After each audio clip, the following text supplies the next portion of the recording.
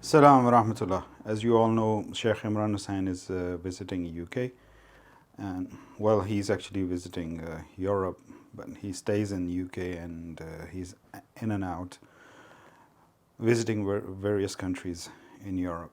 I asked him for some time, and he very kindly allowed me some time. I had some questions, so I asked those questions which I had in my mind. I couldn't follow up those questions because it's my kind of first couple of interactions I have had with him. I think it's my third interaction with him, and I didn't want him to feel like that I'm debunking his the way he looks at things. But I did have some further questions on the questions I asked, but did not pursue them because I don't want to annoy him. As he kind of what I understood, he explains his relationship with his ustad or sheikh was kind of that he was a student who was a bit difficult to kind of satisfy mentally and intellectually and challenging. So I'm not saying that I'm in that category, but I do have some further questions on the questions I asked him, but we'll probably put it on some, hold it on for some other time.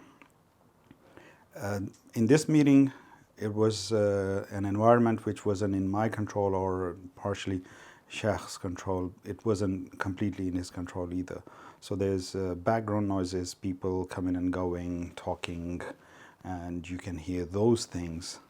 And the other thing is there's a phone right next to me which starts ringing, and I couldn't deal with it until Sheikh allowed me to. He kind of said to me to deal with that. So after that, I tried to put it on silent every time it rang. So bear with me. If you're interested, just overlook these initial things and listen to the conversation. You might get something from it, and if you have any questions, do forward it to me, and inshallah I would like to arrange another meeting with Sheikh, and if that happens, I'll ask him your questions. So, salam wa rahmatullah. Second question was, Sheikh, that when we talk about moon calendar, I don't know if you remember, I hinted back in Islamabad that how would we plan our crops with that? So we have to have another calendar with it. Allah has given both the moon and the sun for computing time. The moon is there for computing the month, the lunar month. And it is the lunar month that you compute adad as-sinin, you count the years. You count the years. Yeah. But He's given us the sun as well for the farmer who is planting his crops. And with the sun you get the night and the day, and you get spring, summer, autumn and winter. Yeah. And this is why in Surah Al-Kahf they slept in the cave for 300 years. وَازْدَادُوا تِسْعَةً, and they add 9. Add 9. It will be 300 solar years and 309 lunar years. So the lunar years is for counting the years, and the solar time is for the purpose of the traveler, the sun, the summer, the winter and so on. Yeah. Yeah, okay. That clears it. Now, one question that comes to mind, as you very rightly point us to, that when we talk about qarn, it's never used in Quran as horns. So we have to see how the words are used in Quran as well. So when we look at waraq, once again, waraq is never used as coin, as silver. It's always used as leaves. So You said? leaves. Waraq al-Jannah. This is warik, and that is warak. Yeah, but the Quran uses the word warak for leaves. Yeah. But this was warikikum. And when you want to understand what does Allah mean when He speaks of warik, the context will inform you that they're taking this in order to use it to buy food. Therefore, it is money He's talking about, not leaves, money. Yes, true. Whatever be the money that they were using as warik, what is essential about the story in Surah Al-Kahf is that this was money which was functioning successfully as a store of value. I don't need to debate with anyone whether it is silver or gold or wheat or barley. That is irrelevant for me. I don't need to waste my time about that, because I'm going to the heart of the subject. Allah is pointing to functions of money, that after 300 years, this money could still be used to buy food. When I went to Pakistan in 1964, $1 was worth 1 rupee and 75 paisa. With $1 at that time, 1 rupee and 75 paisa, you could have a meal. Yeah. So if I put aside that 1 rupee and 75 paisa, and I take it 75 years later, or 70 years later, no, 60 years later. 60 years later, yeah. That was 300 years, this is only 60. Yeah. After 60 years, 1 rupee and 75 paisas can't even buy a cup of tea. Do you need more evidence to show you that Allah is teaching you in Surah Al-Kahf that money with Allah is money which can successfully store value, in addition to money being used as a medium of exchange and as a measure of value. Money must also be a reliable store of value. Yeah, that's right. That is the essence of the subject. Tea, coffee. Yeah. So we should not allow ourselves to be diverted. Do you want me to serve this for you, or do you want to? Just a little bit. Do not allow ourselves to be diverted by peripheral issues as to whether it was gold or silver or this or that. I'll give you an example. How many were they in the cave? Yeah. Good. Bring your fork in, please. And Allah points out, He says some say 5, some say 6, some say 7. Yeah. And those who have only peanuts in their heads Yeah. will enter into long discussions and debates as to whether it's 5 or 6 or 7. You're wasting your time. Allah has put it there to test you, to see. Will you have the knowledge and the insight to go to the heart of the subject and benefit from what the Quran is giving you? Or are you going to spend your time wasting over peripheral issues? Oh, I know how much it was. I know the 6, I know the 7. I don't have time for them. Similarly with the number of men in the cave, similarly with the warik. Okay? Yep. My other way of looking at it is that, you know, when you talk and listen to these people who are experts in money, they say that it's not the first time that human being has used fiat systems. Over the last millennia, we've used it many times. So I was looking at it from that point of view, that if you kind of get a hint, maybe Allah subhanahu wa ta'ala wants to give us a hint from there, that when the paper is being used as currency, it's time for you to move to do that hijrah as those people of cave did. So no, you should have itna 4 rupiah or 5 rupiah ka akal. Yeah. Just 5 rupiah ka akal you need. Yeah. That if you take paper and you write a number on it and you put a picture on it, and you assign a fictitious value to it. You are creating wealth out of nothing. Yeah, that's right. This is an act of shirk. This is an act of shirk. You're playing God. Good? Yep. And yet they all do it. Yeah. Including the Islamic Republic of Pakistan. Yep. And Mufti this and Mufti that. I don't want to call names. Mufti this and Mufti that. They can know this is halal money. Yeah. It's not. Even 5 rupiah of akal will understand, teach you. You cannot take paper and give it, put a picture and put a number and then give it a fictitious value and make money. Wealth is created by Allah. Wealth is created by Allah, not by human beings. It is when you do business and using real money without any unjust transaction, then if Allah chooses, He can give you wealth, and if He chooses, He can take away your wealth. Next it was, you know that hadith we hear about, that there would be, after Malhama, there would be this bird who would try to land and he wouldn't find a place to land because he would get tired and fall on a dead person. Where is this information?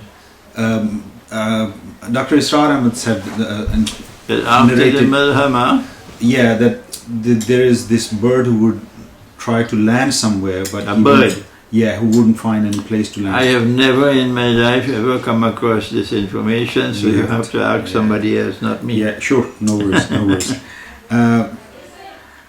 Just on a lighter note, when you say Dr. Iqbal instead of Allama Iqbal, they're both titles, aren't they, Doctor and Allama? What's the difference between one and the other? The title doctor is a grade or a level of scholarship.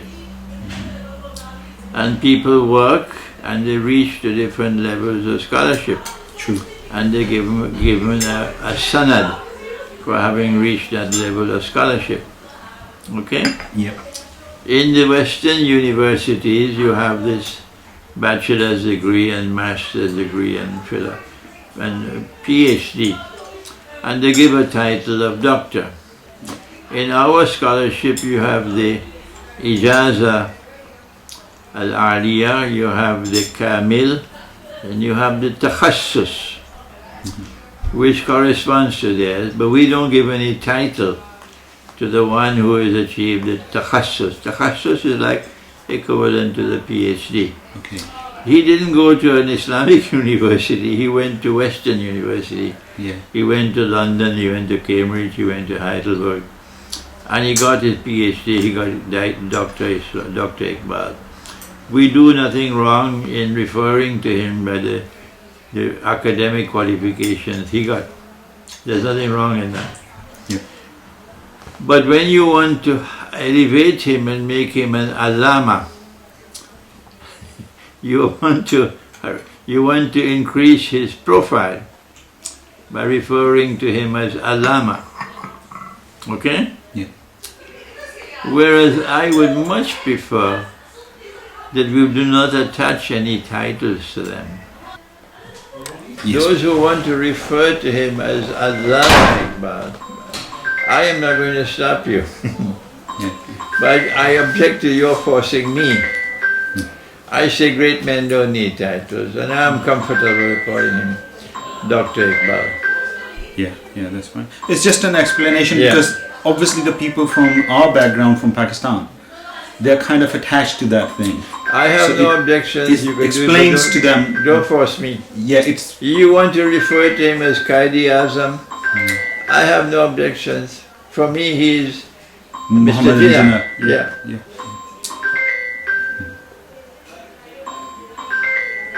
And on the issue of milk al-yamin, you're still where you were, because obviously lately you haven't discussed that issue, or is there a change on that?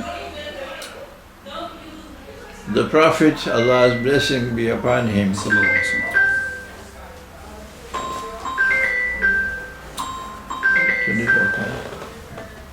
he received the gift of a slave woman, the Makaukas of Egypt, the ruler of Egypt, sent a slave woman to him as a gift. She was a Coptic Christian, her name was Maria. When this gift of the slave woman arrived in Medina, did Nabi Muhammad ﷺ marry her? No, he didn't. Those who want to manufacture a marriage, let them do it and let them answer in Judgment Day Yeah. for their stupidity.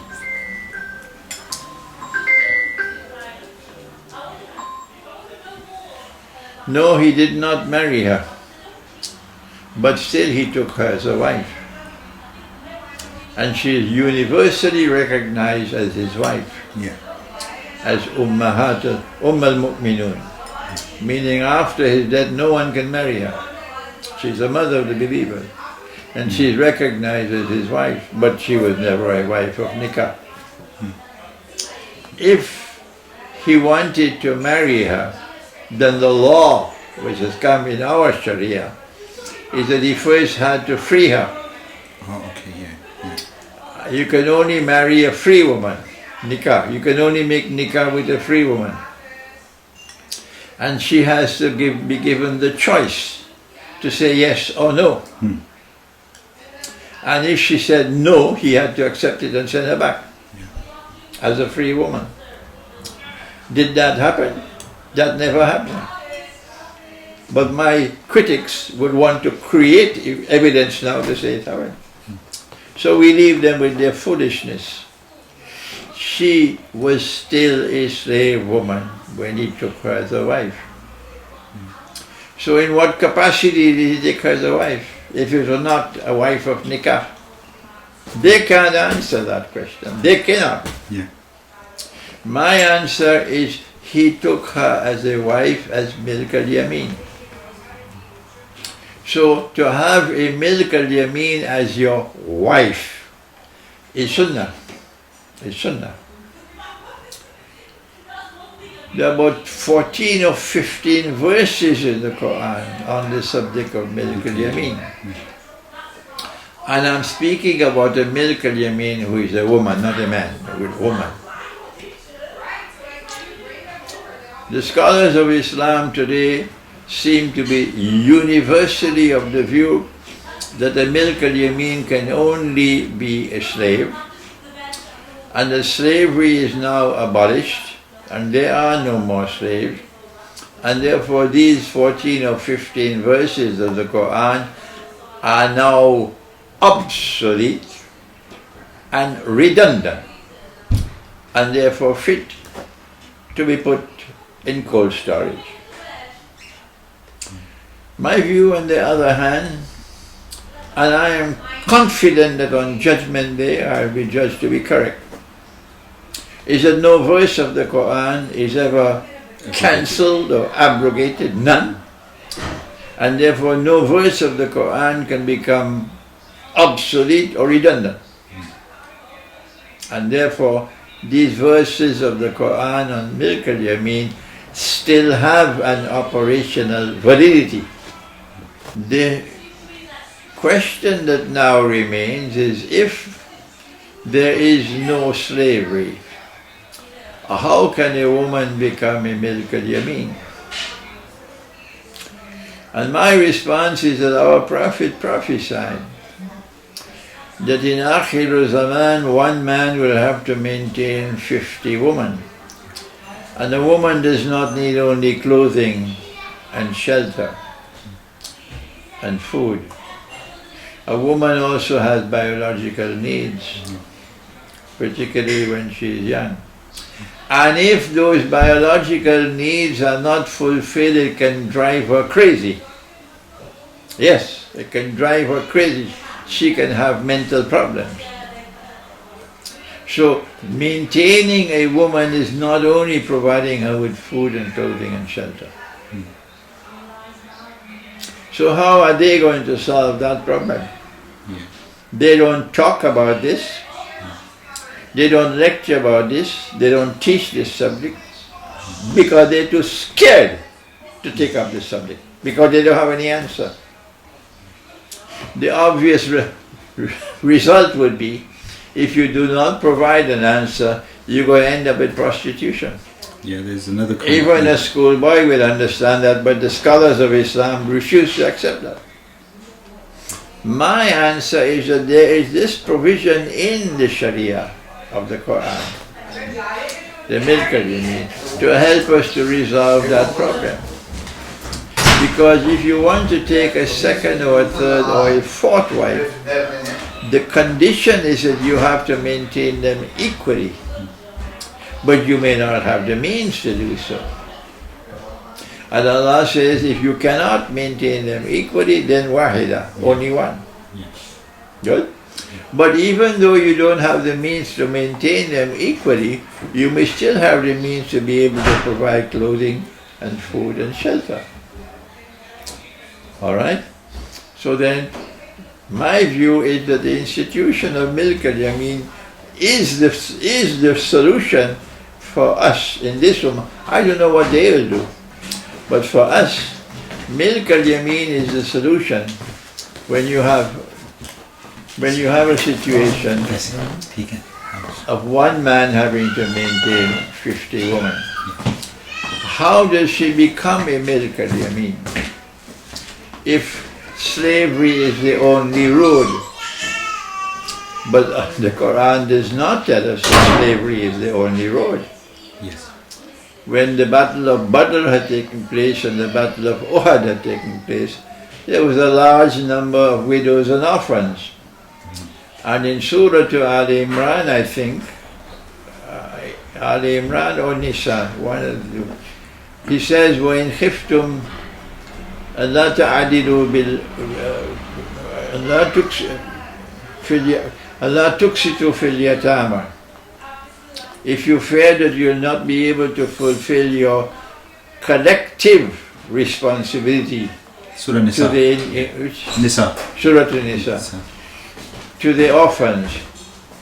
فَانْكِحُوا مَا طَابَ لَكُم مِّنَ النِّسَاءِ مَثْنَى وَإِنْ خِفْتُمْ أَلَّا تَعْدِلُوا. And if you fear that you will not be able to fulfill your individual obligation now to their wives, then wahida. Yeah. And then he goes on to say, oh, ma malakat aymanukum. So the institution of milk al-yamin has come in the Quran to help you with the matter of the orphans in the situation in which you don't have the means to be able to make nikah. Yeah. Good? Yeah. So I say that if a woman freely offers herself as milk al-yamin, she voluntarily offers herself to a man of her choice, who has the character, he has the integrity, he is a pious man, and he has the means to be able to provide food and clothing and shelter, and who otherwise would not make a proposal of marriage.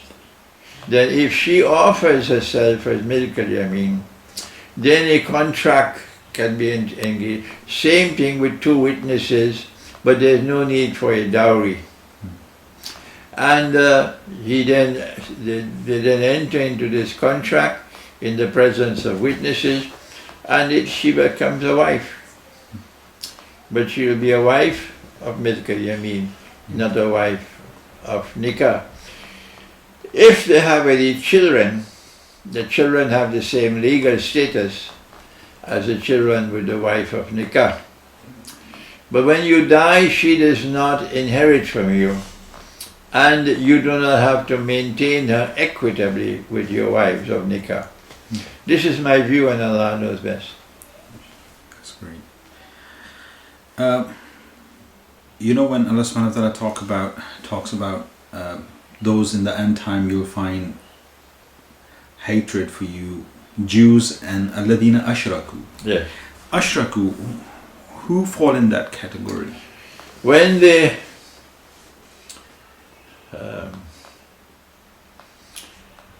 great schism took place in Constantinople, Yep. in the year 1054, one part of the Christian world parted from Constantinople and established themselves as a separate branch in Rome. And the reason why the great schism took place was shirk. This is shirk of the highest order. It's not just worshipping a god other than Allah. The other forms of shirk. The Council of Nicaea, which was called in order to establish the Trinity, in defiance of Arius in northern Africa who said, no, Jesus is a Nabi.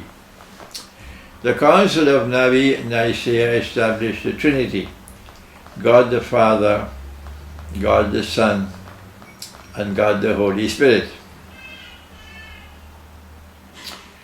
But then a controversy began as to whether the Holy Spirit came from the Father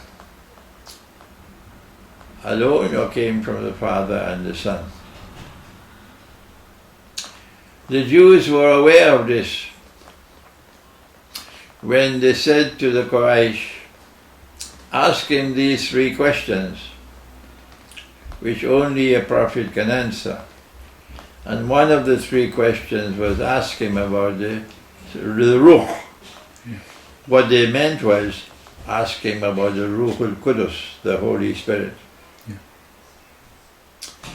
From where has the Holy Spirit come? And when Allah sent the answer, He put it in Surah Al-Isra. But apparently Maulana Abul Alam Maududi was not aware of that. And he says, وَيَسْأَلُونَكَ عَنِ الرُّوحِ, and they question thee, O Muhammad والسلام, about the Ruh, meaning the Ruhul Qudus. قُلِ الرُّوحُ مِنْ أَمْرِ رَبِّي. Tell them that the Ruh proceeds from the command Allah, of Lord, yeah. meaning the Father. Father, yeah. For them it's the Father, for us Yeah. it's Allah. Allah, yeah. So this position in the Quran, one part of the Christian world accepted it Yeah. and said that the Holy Spirit comes from the Father and the Father alone, which is what is in Surah Al-Isra. But that part of the Christian world which became Western Christianity, they committed this monstrous act of shirk. And they, the foundations of their civilization on this shirk, that the Holy Spirit comes from the Father and the Son. And this brought about the great schism. This foundation of shirk remained in this civilization and continued to such an extent that today a man can marry another man and get a marriage certificate. Yeah.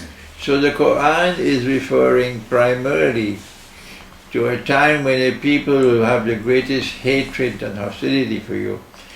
Hadu, those who are Christians, those who are Jews, وَالَّذِينَ أَشْرَكُوا, they're referring most of all, but not exclusively, to modern Western civilization, and Allah knows best. And as once again going back to, because I'm from Pakistan, Pakistanis will see Indians as people who are doing shirk. Yes, Hindus, I mean. yes, when the Hindu engages in the overt worship of an idol, he is engaged in shirk. But in the Vedas, there is one God. And there are important Hindu reform movements who reject the worship of the idols. And they're Hindus. Yeah. Yep. I refer first of all to the Brahmo Samaj, which was founded by Ram Mohan Roy, and from which emerged Rabindranath Tagore, who is Rabindranath's father, Yeah. and from whom emerged India's greatest poet, Rabindranath Tagore. And then you also have not only the Brahmo Samaj, you have the Arya Samaj. And these are Hindus who insist there's only one God. And so while yes, we do recognize that those Hindus who worship the idols are committing shirk. We do not put all Hindus into the same basket. Yeah. Number two,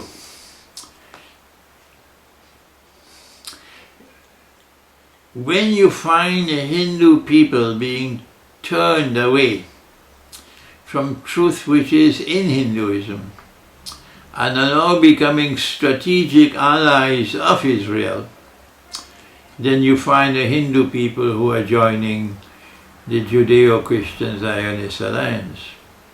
And they now become the part of that Jamaat of Shirk. Those who are Jews and those who are people of Shirk. This, unfortunately, is the direction in which India is moving under Modi. And even before that, there was a godless man, and I need to inform the people of Pakistan, and more importantly, the people of India, that your first Prime Minister was a godless man. You worship him, Jawaharlal Nehru, as his greatest of all leaders. But this was a secular nationalist who worship at any altar that it is politically convenient for him to worship. Okay? So since India has been bereft of leaders like Gandhi, Gandhi was a man who was faithful to his religion, to the Hindu religion. And in the Hindu religion, he could not find in that which will fill his heart with hatred for Muslims. Yeah. There was no hatred for Muslims in Gandhi's heart. And so, if in 1946-47, Gandhi had been the president of the Indian National Congress, there would have been no partition, because he and Muhammad Ali Jinnah would have easily come to an agreement to avoid partition, because this is Gandhi's genius. If Abul Kalam Azad had remained as president of the Indian National Congress in 46, instead of resigning, and remain as president, then although he and Jinnah could not get along, they would have been able to find an equation, and partition would not have taken place, and 1 million lives would not have been lost. But it is India's tragedy that India has not been able to find another leader like Gandhi. And instead you have these people who are now hijacking the Hindu religion and taking India into strategic alliance with Israel. And this is a betrayal of Hinduism.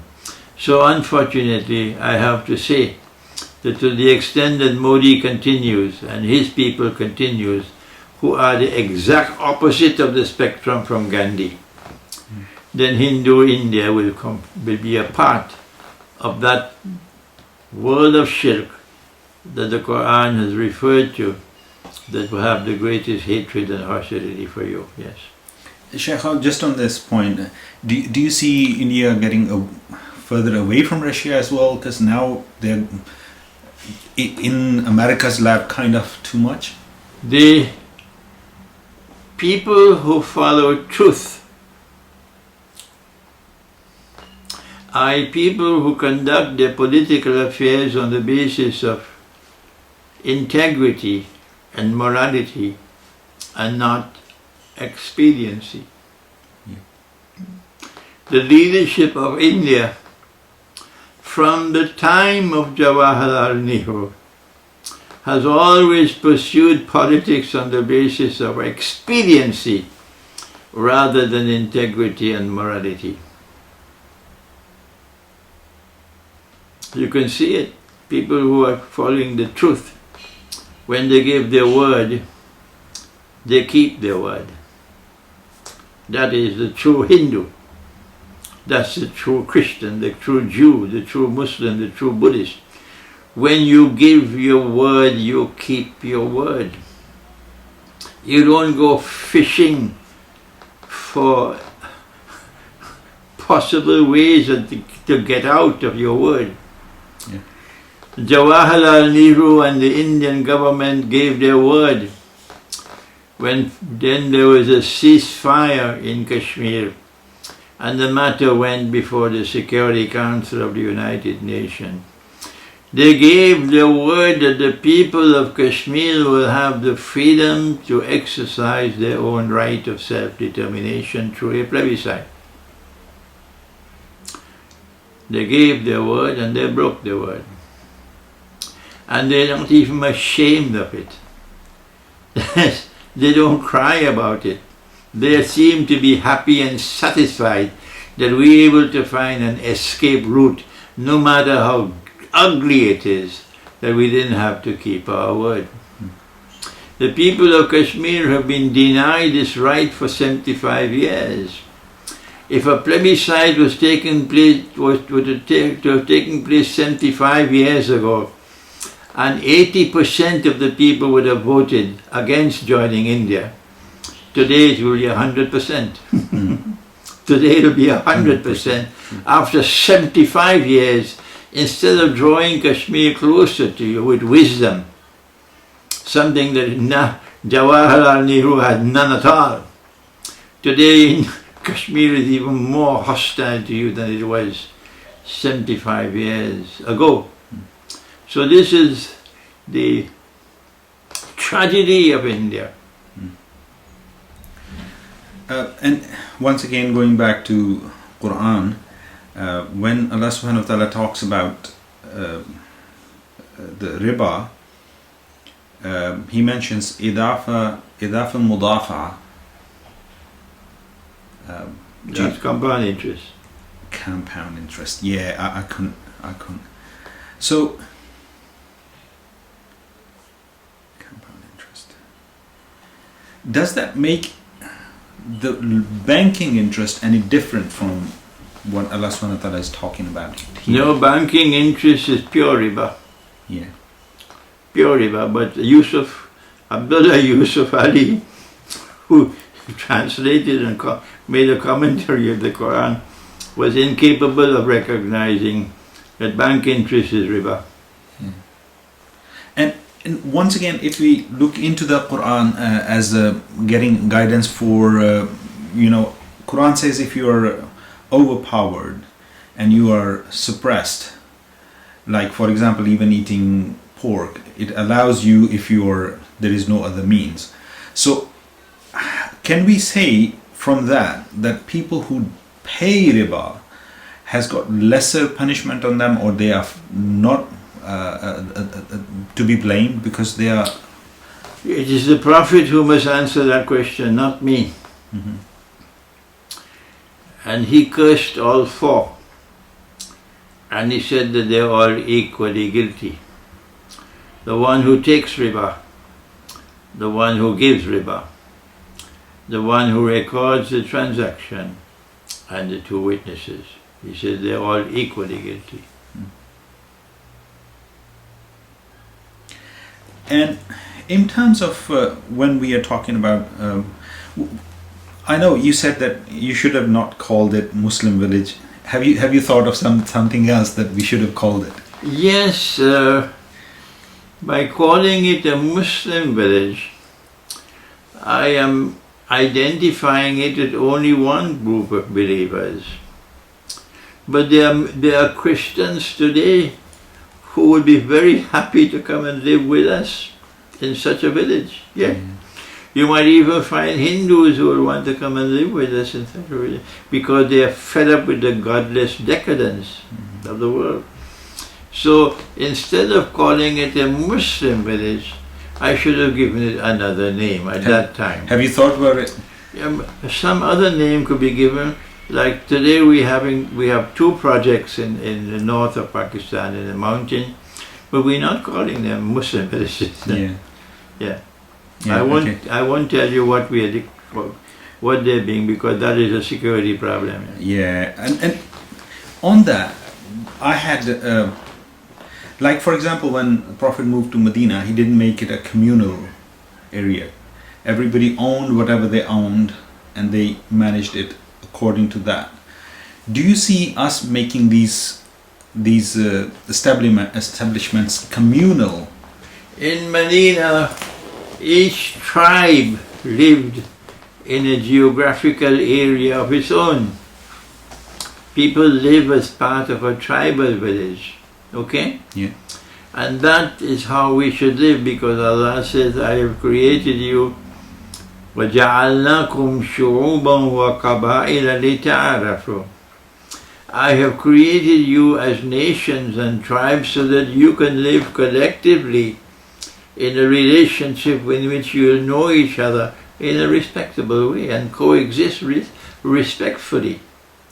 Jawaharlal Nehru never understood that. Gandhi perhaps understood it better. That the solution for India at that time was to allow the Indian Muslims to have their own self-determination, and the Indian Hindus and the Indian Sikhs and the Indian Christians to have their own self-determination, live according to their way of life, and find a political formula where you can coexist peacefully. لِتَعَارَفُوا, and there would be between you communications and business transactions that would be mutually beneficial. Nehru never understood that because he was a secular nationalist. For him it was anathema for the state to recognize some people as Muslims and others as Hindus. This is the stupidity of Jawaharlal Nehru. But Gandhi was not like that. No. So it is a part of the wisdom of Allah Ta'ala.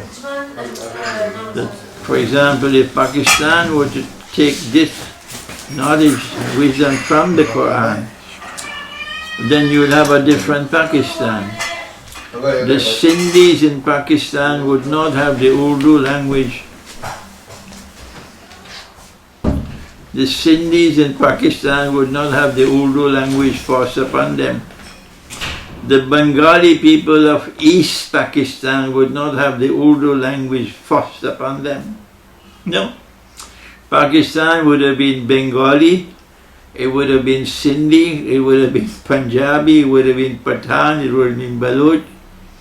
And the leaders of Pakistan would have allowed all these different tribal groups to live independently as tribes and to grow in their own tribal genius and yet coexist peacefully.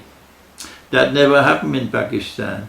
If you want to attend to the matter of India, first fix your own house and get Pakistan to be built up according to the Quran, and this is to find a political formula which will allow all the different tribes. If we refer to the Punjabis as a tribe, and the Sindhis as a tribe, and the Balochis as a tribe, the Pathans as a tribe, and so on, that they must all be able to preserve and protect and promote their own tribal identity, unhindered by the state.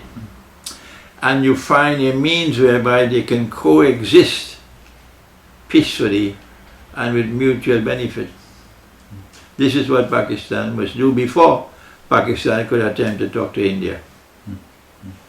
But in terms of those communities having a common land where everything is grown common, is that? We have never had in our Sharia, nor do we have, I don't know of it in the previous Sharia, communal living, where property is jointly owned, and you work the land and you share according to the profits of the joint owners. This is what Israel has done in the kibbutz. But I am not aware of this being a part of our Sharia. Our Sharia gives you ownership the right. free market. Yeah, free market. Where each person has his own property and each person work, and when you want to bring about others in your work, you have something called mudaraba and musharaka. Yeah.